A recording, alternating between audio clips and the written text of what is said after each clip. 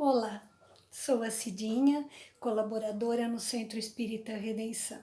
Que Jesus, na sua imensa bondade, nos abençoe a todos e que a paz se faça morada em nosso coração. Vou começar com uma passagem do Evangelho. Caminhava Jesus com seus discípulos em direção a uma plataforma de um monte nos arredores da cidade de Cafarnaum, à beira do mar da Galileia, onde uma multidão já o esperava para ouvir suas sábias palavras.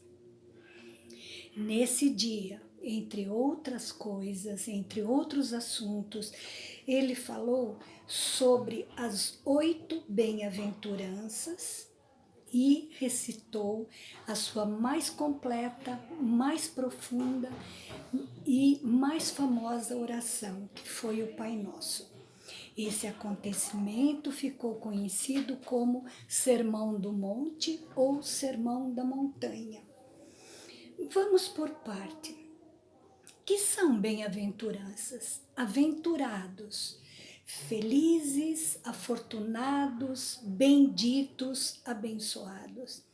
E bem-aventuranças? Bem-aventuranças estão sempre relacionadas com glória, bem-estar, paraíso, céu, felicidade.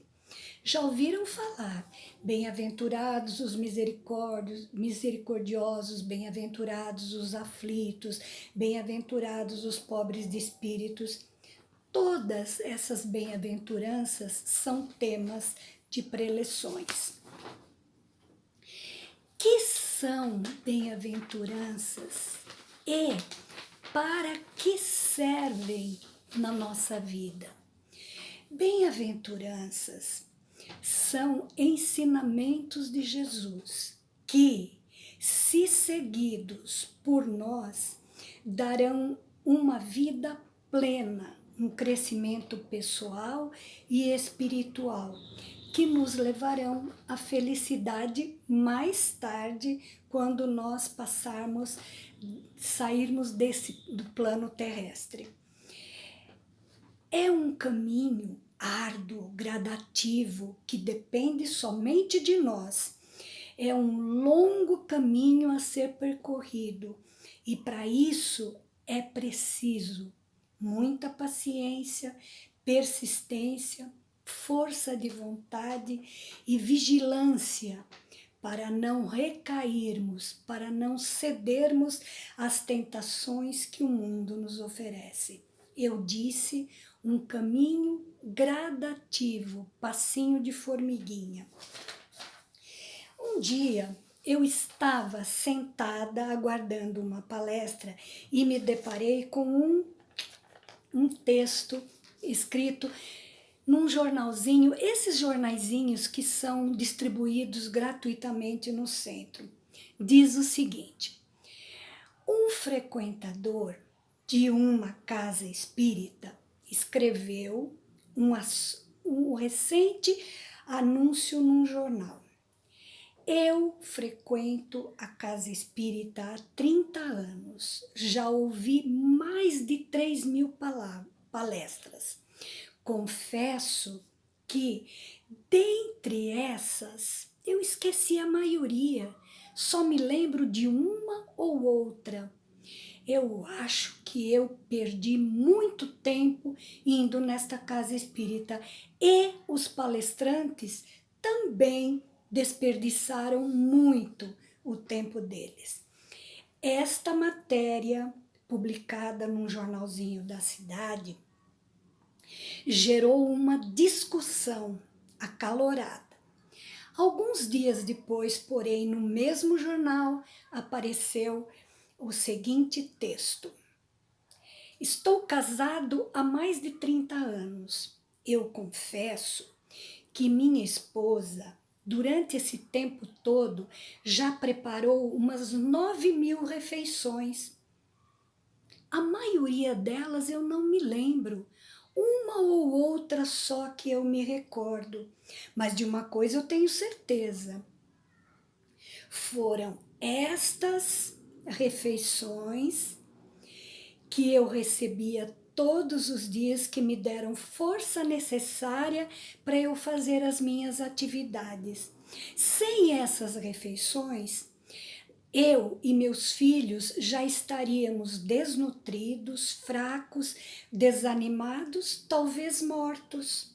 Da mesma maneira, eu vou ao centro espírita para que eu receba o alimento da minha vida, um alimento para minha alma. Não fosse esse alimento que eu recebia no meu centro espírita, eu e minha família estaríamos desnutridos espiritualmente.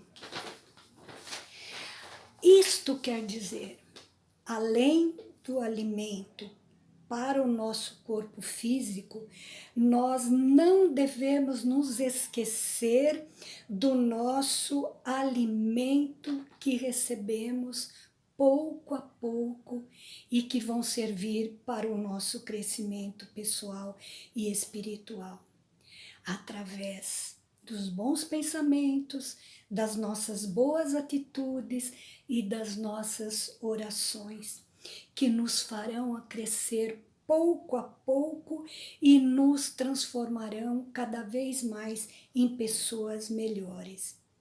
Quando ouvimos a palavra espírita ou espiritismo, logo surge à mente ou a pergunta: reencarnação, mediunidade, comunicação com os mortos?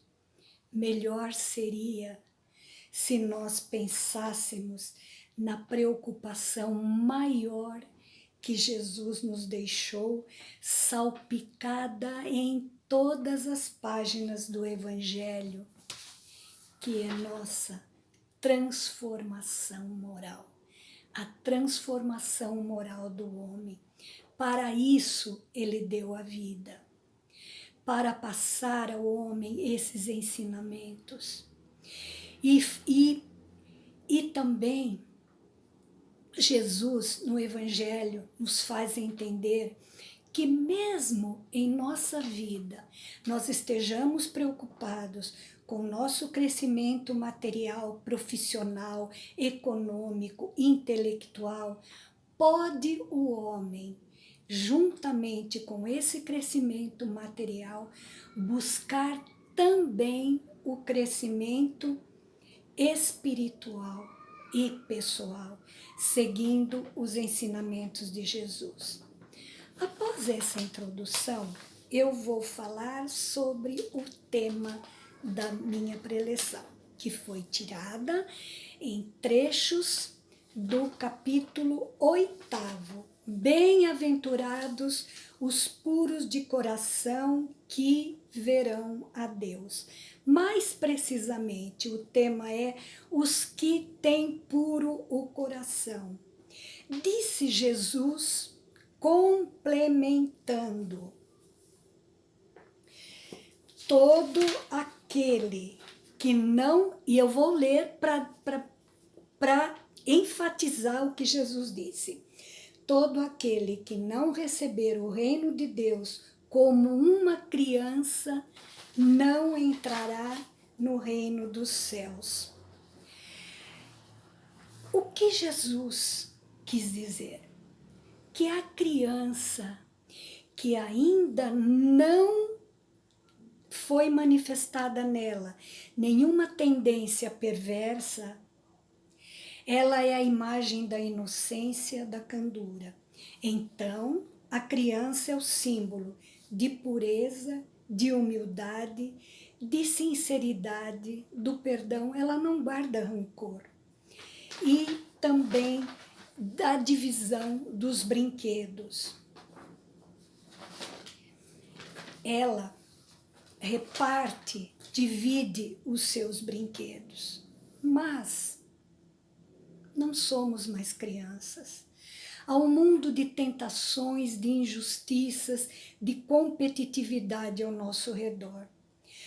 Buscar uma transformação que nos assemelhe ao espírito infantil é para nós enfrentar, como eu já disse, um árduo e longo caminho. No entanto, essa busca é necessária se quisermos atingir a felicidade plena somente existida no reino dos céus, já que nós, aqui no nosso planeta, nós teremos uma felicidade relativa.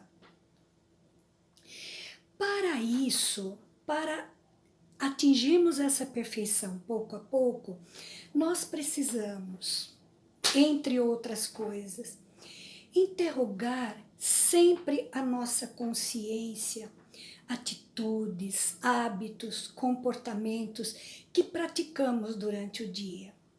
Tentar repassar o dia que tivemos com a família, com os nossos filhos, com os nossos colegas de trabalho, com os nossos amigos, com quem cruzou o nosso caminho. Onde devemos melhorar? O que devemos suprimir em nossa vida? O que devemos mudar, transformar os nossos hábitos? E isso é uma boa maneira de se fazer à noite, ao deitarmos. É um bom momento de fazermos uma meia-culpa, de repassarmos o que passamos, o que vivenciamos durante o dia.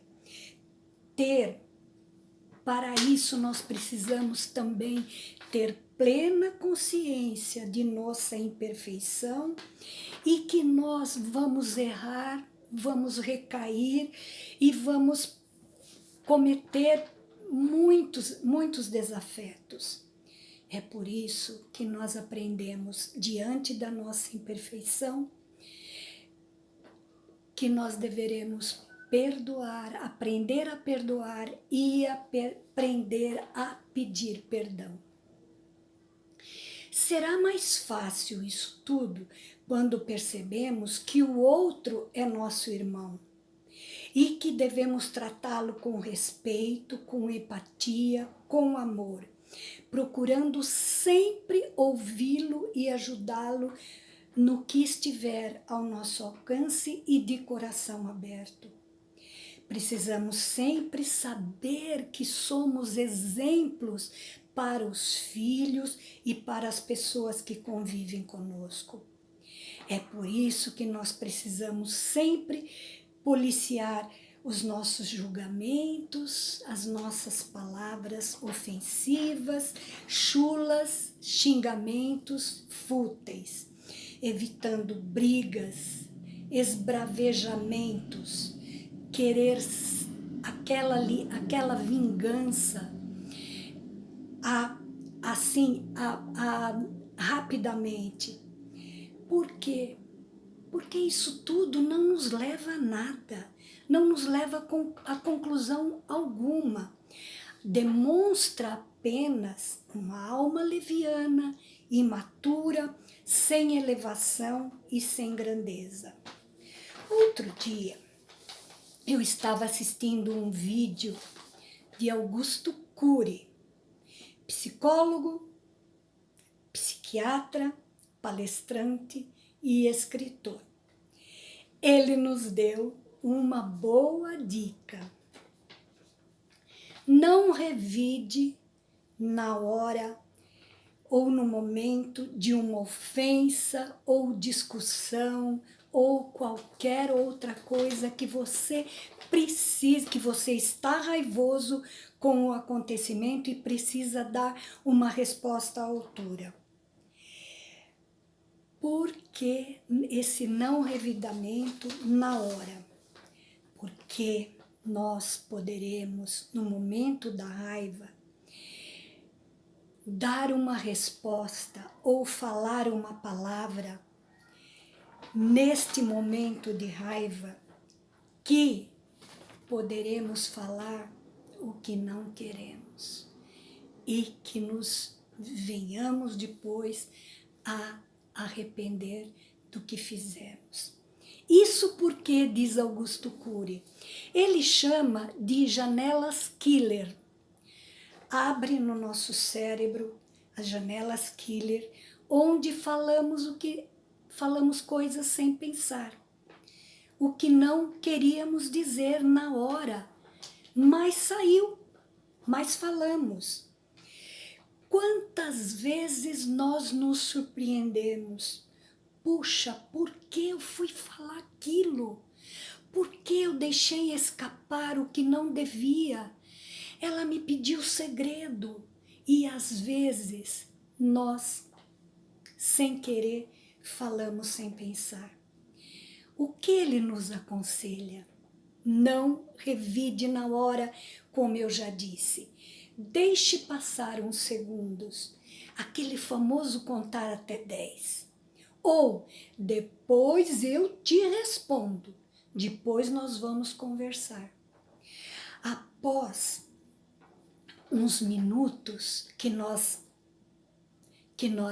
entregamos ao cérebro para pensar, nós começamos a cair na real. Às vezes a gente vê o problema por outro ângulo, de outra maneira. Aliás, as melhores soluções para os nossos problemas, elas vêm quando estamos calmos, serenos, cérebros descansados. Jesus recomenda cautela nesse sentido e ele diz, e eu vou ler: cuidado, não é o que entra pela boca que faz imundo o homem, mas o que sai da boca. E ele vai mais além, porque do coração é que saem os maus pensamentos, os homicídios, os adultérios, os furtos, os falsos testemunhos, as blasfêmias. Sabem por quê? A boca fala do que o coração está cheio. Falamos o que existe no nosso coração. As expressões que emitimos refletem o nosso íntimo, a nossa conduta moral, refletem o que somos interiormente. E de acordo com essas emissões que proferimos, nós poderemos apregoar tanto o bem quanto o mal. Eu vou repetir. De acordo com as emissões que fazemos, nós poderemos apregoar tanto o bem como o mal.